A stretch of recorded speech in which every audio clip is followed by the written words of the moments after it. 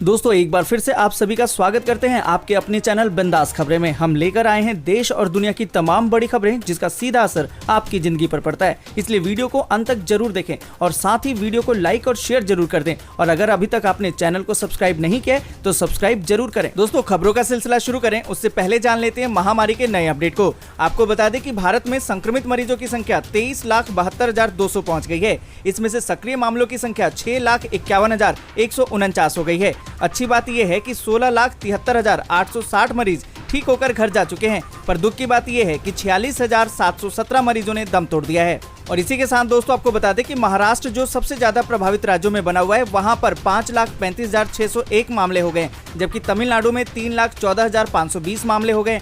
आंध्र प्रदेश में 2,54,146 मामले हैं और कर्नाटक में 1,96,494 मामले हो गए। वहीं दिल्ली में 1,48,504 मामले, जबकि उत्तर प्रदेश में 1,36,238 मामले और इसी के साथ पश्चिम बंगाल में 1,01,390 मामले पहुंच गए। और दोस्तों इसी के साथ बढ़ते हैं आज की पहली और बड़ी खबर की तरफ। आपको बता दें कि अटल पेंशन योजना के तहत फिर मिली बड़ी राहत। 30 अक्टूबर तक के लिए बढ़ी क्लेम करने की तारीख।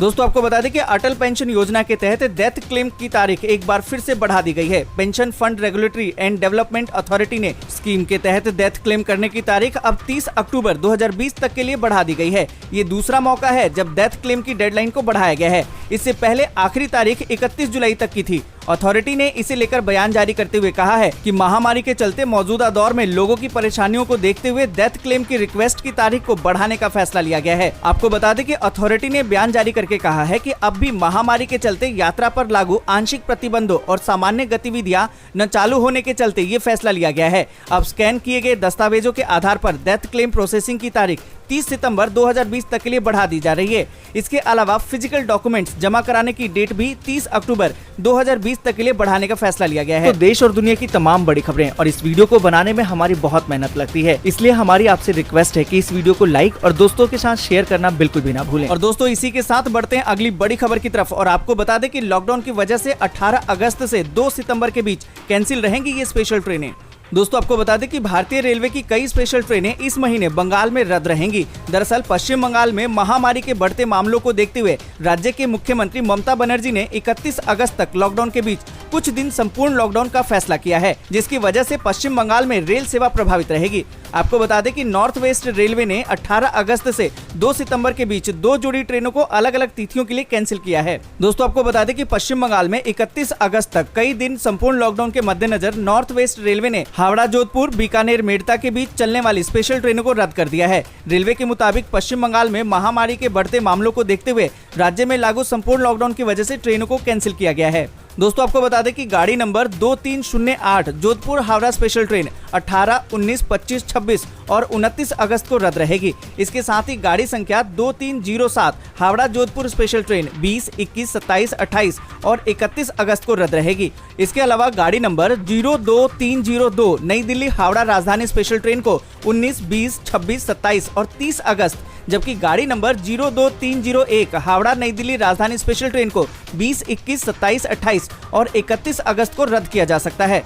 और इसी के साथ दोस्तों बढ़ते हैं अगली बड़ी खबर की तरफ। आपको बता दें कि आंध्र प्रदेश के सीएम जगन ने लॉन्च की नई योजना, महिलाओं को मिलेगी सालाना आर्थिक मदद। दोस्तों आपको बता दें कि महामारी काल में राज्य सरकारों की ओर से लगातार काम को आगे बढ़ाया जा रहा है। आपको बता दें कि आंध्र प्रदेश के मुख्यमंत्री जगन मोहन रेड्डी ने बुधवार को महिलाओं को रोजगार के क्षेत्र में आगे लाने के लिए एक स्कीम की शुरुआत की। इस स्कीम का नाम YSR चयुत्था दिया गया है, जिसमें कि समाज के अलग अलग तबके की महिलाओं को बढ़ावा दिया जाएगा। दोस्तों आपको बता दें कि जानकारी के मुताबिक इस स्कीम के तहत schedule caste, schedule tribe, backward caste और अल्पसंख्यक समुदाय की करीबन 23 लाख महिलाओं को लाभ मिलेगा। इसके तहत 45 से 60 साल की उम्र की महिलाओं को 18,750 रुपए का सालाना इंसेंटिव मिलेगा। 4 साल में ये बढ़कर 75,000 रुपए सालाना तक जाएगा। सरकार के मुताबिक इससे बजट पर 17,000 करोड़ रुपए खर्च आएंगे। दोस्तों आपको बता दें कि सीएम ने ऐलान किया है कि इस स्कीम के तहत 45 से 60 साल की उम्र के करीबन 8 लाख विधवा महिलाओं को लाभ मिलेगा। इन्हें पहले ही सरकार की ओर से पेंशन मिल रही है और अब ये अतिरिक्त मदद मिलेगी।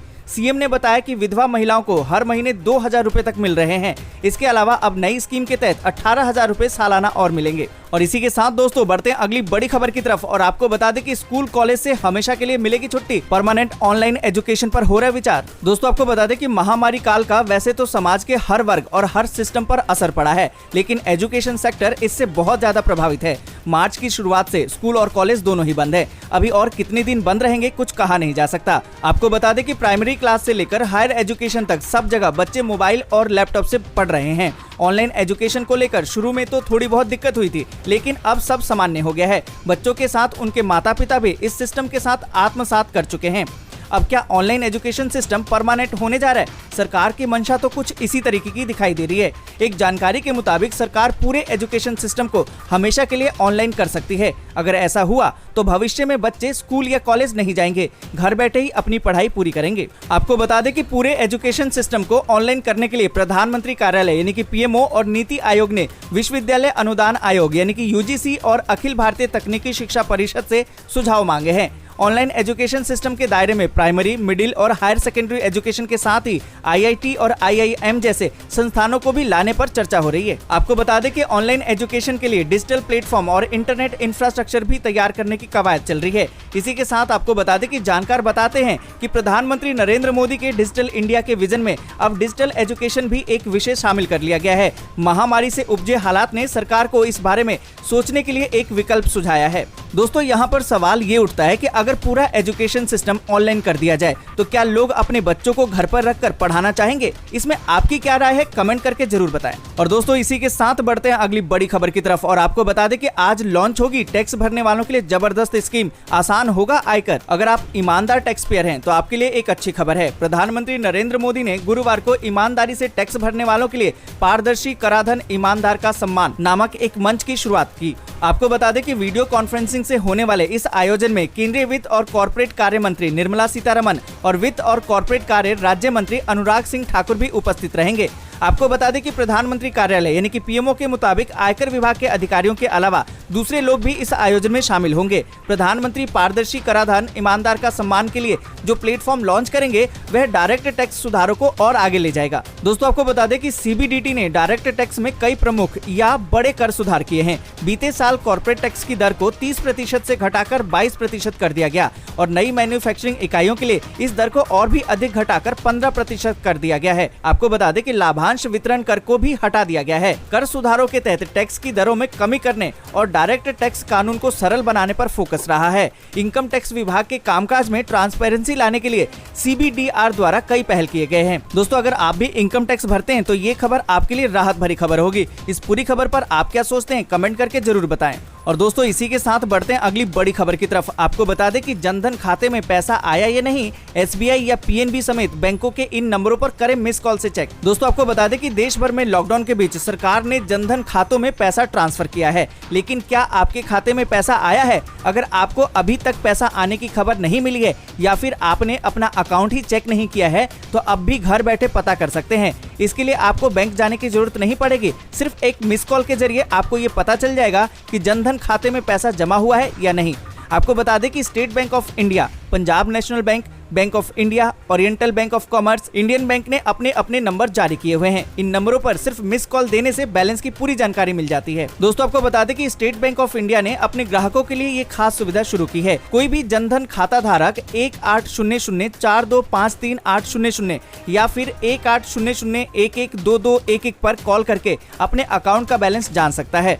ग्राहक को अपने रजिस्टर्ड मोबाइल नंबर से इस नंबर पर कॉल करना होगा। कॉल करने के बाद आपको अपने खाते के बैलेंस के अलावा आखिरी 5 ट्रांजैक्शन के बारे में भी जानकारी मिलेगी। इसी के साथ आपको बता दें कि पीएनबी खाता धारक अपने रजिस्टर्ड मोबाइल नंबर से 180018022223 या फिर 012023039090 पर मिस कॉल दे सकते हैं और इस नंबर पर मिस कॉल देने के बाद आपके खाते का बैलेंस का मैसेज आपके पास आ जाएगा। बैंक ऑफ इंडिया में खाता रखने वाले ग्राहक बैलेंस जानने के लिए 090151135135 पर मिस कॉल दे सकते हैं। इसी के साथ आपको बता दें कि ओबीसी में खाता ग्राहक अपने रजिस्टर्ड मोबाइल नंबर से 8067205765 पर मिस कॉल दे सकते हैं और इसी के साथ इंडियन बैंक वाले अपने रजिस्टर्ड मोबाइल नंबर से 180042500000 पर कॉल करके और इसके अलावा 9289 592895 पर भी कॉल कर सकते हैं। दोस्तों अब आप घर बैठे ही इन नंबरों पर फोन करके अपने खाते का बैलेंस चेक कर सकते हैं और इस पूरी खबर पर अपनी राय देना बिल्कुल ना भूलें। और दोस्तों इसी के साथ बढ़ते हैं अगली बड़ी खबर की तरफ। अगली बड़ी खबर जो निकल कर आ रही है कि यूनिवर्सिटीज एग्जाम को लेकर आई जरूरी जानकारी, ये कॉलेज फाइनल पेपर कराने को तैयार। दोस्तों आपको बता दें कि कॉलेजों में अंतिम वर्ष के छात्रों का पेपर कराने की कॉलेजों ने तैयारी शुरू कर दी है, क्योंकि यूजीसी ने कहा है कि बिना परीक्षा पास छात्रों की डिग्रियों को वह मान्यता नहीं देगा। यूजीसी के इसी फैसले पर 600 से अधिक विश्वविद्यालय ने आखिरी साल के पेपर करवाने पर सहमति जताई है। आपको बता दें कि परीक्षाओं को लेकर अब तक 818 विश्वविद्यालय ने यूजीसी को अपना जवाब भेजा है। अपने जवाब में देश भर के 209 विभिन्न विश्वविद्यालय ने बताया है कि वे अपने संस्थानों में यूजीसी के दिशा निर्देशों के मुताबिक पेपर खत्म करवा चुके हैं। इनके अलावा 394 विभिन्न विश्वविद्यालय अगस्त और सितंबर में ऑनलाइन, ऑफलाइन और दूसरे ढंग से परीक्षा की तैयारी कर रहे हैं। देश भर के लगभग सभी केंद्रीय विश्वविद्यालय ने अंतिम वर्ष की परीक्षाएं लिए जाने पर अपनी सहमति दी है। दोस्तों आपको बता दें कि विश्वविद्यालय द्वारा आयोजित परीक्षा में अगर टर्मिनल सेमेस्टर अंतिम वर्ष का कोई भी विद्यार्थी नहीं रहता है, चाहे वो जो भी कारण रहा हो, तो उसे ऐसे कोर्स या फिर प्रश्न पत्रों के लिए विशेष परीक्षाओं में बैठने का मौका दिया जा सकता है। और इसी के साथ दोस्तों बढ़ते हैं अगली बड़ी खबर की तरफ और आपको बता दें कि झारखंड के मुख्यमंत्री हेमंत सोरेन बोले किसानों का कर्ज माफ करेगी सरकार। दोस्तों आपको बता दें कि राज्य सरकार जल्द ही किसानों के कर्ज माफी पर फैसला लेगी। मुख्यमंत्री हेमंत सोरेन ने बैंकों के कर्ज को लेकर किसानों को नोटिस भेजे जाने संबंधी सवाल का जवाब देते हुए मंगलवार को ये जानकारी दी है। सचिवालय में पत्रकारों से बात करते हुए उन्होंने कहा कि इस दिशा में काम हो रहा है और जल्द ही इसका निर्णय लिया जाएगा। उन्होंने यह भी बताया कि कई जिलों से ये जानकारी मिली है कि राष्ट्रीय अंतर्राष्ट्रीय स्तर के खिलाड़ी बदहाल स्थिति में हैं। राज्य सरकार ने नई खेल नीति भी तैयार कर ली है। सरकार इन खिलाड़ियों के लिए भी बेहतरीन कार्य योजना लेकर आ रही है। इसे राज्य में धरातल पर उतारा जाएगा। सरकार ये व्यवस्था करेगी कि खिलाड़ियों को सम्मानजनक स्थान मिले। सरकार उनके हौसले को उड़ान देगी। और इसी के साथ दोस्तों बढ़ते हैं आगे और आपको बता दें कि ममता बनर्जी ने कहा कि बंगाल सरकार कर्म साथी योजना के जरिए 1 लाख युवाओं को सॉफ्ट लोन और सब्सिडी देगी। दोस्तों आपको बता दें कि अंतर्राष्ट्रीय युवा दिवस के अवसर पर बुधवार को बंगाल के मुख्यमंत्री ममता बनर्जी ने कहा कि उनकी सरकार ने कर्म साथी योजना शुरू की है, जिसके तहत 1 लाख बेरोजगार युवाओं को आत्मनिर्भर बनाने के लिए सॉफ्ट लोन और सब्सिडी प्रदान की जाएगी। ममता ने ट्वीट किया कि आज अंतर्राष्ट्रीय युवा दिवस है। बंगाल सरकार युवाओं को सशक्त बनाने के लिए प्रतिबद्ध है। बंगाल सरकार द्वारा एक नई योजना कर्म साथी प्रकल्प शुरू किया गया है। इसके तहत 1 लाख बेरोजगार युवाओं को आत्मनिर्भर बनाने के उद्देश्य से सॉफ्ट लोन और सब्सिडी प्रदान की जाएगी। मुख्यमंत्री ने आगे कहा कि बंगाल में बेरोजगारी की दर भी कम हुई है। उन्होंने लिखा कि जब भारत में बेरोजगारी की दर 24% के सर्वकालिक उच्चतर स्तर पर है, तो बंगाल में बेरोजगारी की दर 40% कम हो गई है।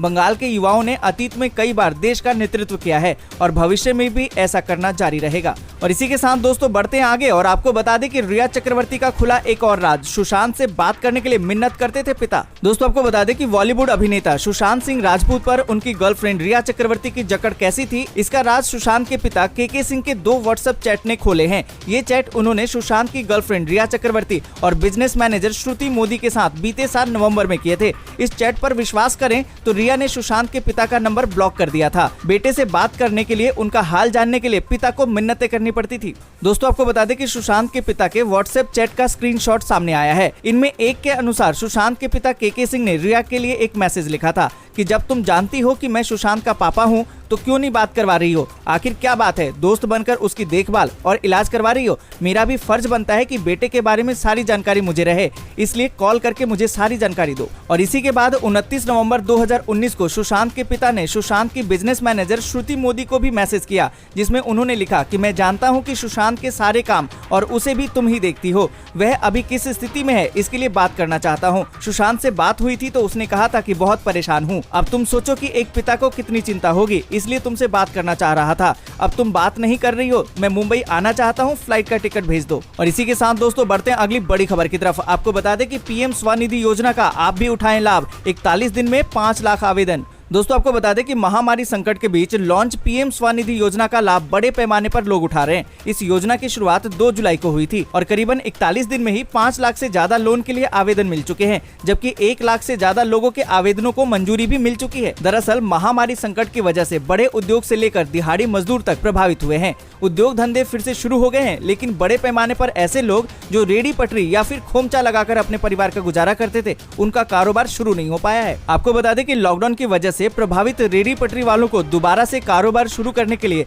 मोदी सरकार पूंजी मुहैया करा रही है। पीएम स्वनिधि योजना शुरू होने से सड़क पर रेहड़ी पटरी लगाकर अपना व्यापार करने वालों के बीच काफी उत्साह देखा जा रहा है। अगर आप भी पूंजी के अभाव में रेहड़ी पटरी नहीं लगा पा रहे हैं तो बिना गारंटी आप भी पीएम स्वनिधि योजना के तहत 10,000 रुपए तक का लोन ले सकते हैं। इसके लिए आप अपने नजदीकी बैंक में जाकर इस योजना के तहत 10,000 रुपए लोन लेकर कारोबार शुरू कर सकते हैं। तो दोस्तों देर किस बात की है, अगर आप भी स्ट्रीट वेंडर हैं तो फिर आज ही अप्लाई जरूर करें। और इस पूरी खबर पर आप क्या सोचते हैं कमेंट करके जरूर बताएं। और इसी के साथ दोस्तों बढ़ते हैं अगली बड़ी खबर की तरफ। आपको बता दें कि 12 क्लस्टर में प्राइवेट ट्रेन चलाने में L&T और सीमेंस जैसी बड़ी कंपनियों ने दिखाई रुचि। दोस्तों आपको बता दें कि भारतीय रेलवे के तहत निजी ट्रेनों के संचालन के लिए 23 कंपनियों ने आवेदन किया है। कुल क्लस्टर में निजी ट्रेनों के संचालन के लिए बुधवार को आवेदन से पहले रेलवे की ओर से बुलाई गई मीटिंग में इन कंपनियों के प्रतिनिधियों ने हिस्सा लिया। रेलवे के मुताबिक जिन कंपनियों ने ट्रेनों के संचालन में रुचि दिखाई है, इसमें कनाडा की दिग्गज कंपनी, फ्रांस की कंपनी और इसके अलावा जर्मनी की कंपनी ने भी रुचि दिखाई है। भारतीय कंपनी L&T ने भी निजी ट्रेनों को चलाने के प्रोजेक्ट में दिलचस्पी दिखाई है। आवेदन की प्रक्रिया से पहले रेलवे की ओर से बुलाई गई ये दूसरी मीटिंग है। दोस्तों आपको बता दें कि कुल 23 कंपनियों में IRCTC, गेटवे रेल, BHEL जैसी कंपनियां भी शामिल हैं। इन 23 कंपनियों में कोई भी चीनी कंपनी शामिल नहीं है। आपको बता दें कि पिछले दिनों लद्दाख में सीमा पर चीनी सैनिकों के साथ झड़प के बाद देश में चीनी कंपनियों के खिलाफ माहौल बना हुआ है। चीनी कंपनियों के 59 ऐप को बैन करने के अलावा केंद्र सरकार ने रेलवे और हाईवेज के ठेकों में भी चीनी कंपनियों को बाहर का रास्ता दिखाया है। और इसी के साथ दोस्तों बढ़ते आगे और आपको बता दें कि पश्चिम बंगाल सरकार ने 28 अगस्त को पूर्ण लॉकडाउन का फैसला वापस लिया। दोस्तों आपको बता दें कि पश्चिम बंगाल सरकार ने सोमवार को राज्य में पूर्ण लॉकडाउन की तारीखों में दोबारा से बदलाव किया है। पश्चिम बंगाल में 28 अगस्त को पूर्ण लॉकडाउन के फैसले को वापस ले लिया गया है। हालांकि 20, 21, 27 और 31 अगस्त को पूरे राज्य में संपूर्ण लॉकडाउन लागू रहेगा। पश्चिम बंगाल सरकार ने बुधवार को इसकी जानकारी दी। इससे पहले 28 जुलाई को पूर्ण लॉकडाउन के संबंध में तारीखों का ऐलान किया गया था। विभिन्न समुदायों की ओर से त्योहारों के मद्देनजर तारीखों में बदलाव की मांग की गई थी। और इसी के साथ दोस्तों बढ़ते आगे और आपको बता दें कि शरद पवार का बड़ा बयान, कहा कि नहीं करूंगा सुशांत मामले की CBI जांच का विरोध। दोस्तों आपको बता दें कि राकांपा सुप्रीमो शरद पवार ने सुशांत मामले की CBI से जांच कराने का विरोध नहीं करने की बात कही है। हालांकि उन्होंने मामले की जांच कर रही मुंबई पुलिस पर भी भरोसा जताया है। उन्होंने बुधवार को कहा कि मैंने पिछले 50 सालों से महाराष्ट्र और मुंबई पुलिस को देखा है। मुझे मुंबई पुलिस पर भरोसा है। मैं इस पर कोई टिप्पणी नहीं करना चाहूंगा कि दूसरे लोगों ने मुंबई पुलिस पर क्या आरोप लगाए हैं। यदि किसी को लगता है कि CBI या किसी अन्य एजेंसी को मामले की जांच करनी चाहिए तो मैं इसका विरोध नहीं करूंगा। और दोस्तों इसी के साथ बढ़ते आगे और आपको बता दें कि पायलट गुट की वापसी का विरोध, मुख्यमंत्री गहलोत बोले विधायकों की नाराजगी स्वाभाविक। दोस्तों आपको बता दें कि सचिन पायलट खेमे की वापसी के बाद लग रहा था कि राजस्थान में सियासी घमासान थम गया है, लेकिन ऐसा होता दिखाई नहीं दे रहा। पायलट गुट की वापसी से मुख्यमंत्री अशोक गहलोत का खेमा नाराज हो गया है। मुख्यमंत्री ने भी विधायकों की नाराजगी को स्वाभाविक बताया है। उन्होंने कहा कि जिस तरह से ये प्रकरण हुआ, जिस तरह से विधायक 1 महीने तक रहे, ये स्वाभाविक है। मैंने उन्हें समझाया है कि राष्ट्र, राज्य और लोगों की सेवा करने के लिए और लोकतंत्र को बचाने के लिए कभी कभी हमें सहनशील होने की आवश्यकता होती है। गहलोत ने आगे कहा कि हम साथ काम करेंगे। हमारे जो दोस्त चल रहे थे वो अब वापस आ गए हैं। मुझे उम्मीद है कि हम अपने सभी मतभेदों को दूर करेंगे और राज्य की सेवा करने के लिए अपने संकल्प को पूरा करेंगे। और दोस्तों इसी के साथ बढ़ते आगे और जानते हैं मौसम के ताजा अपडेट को।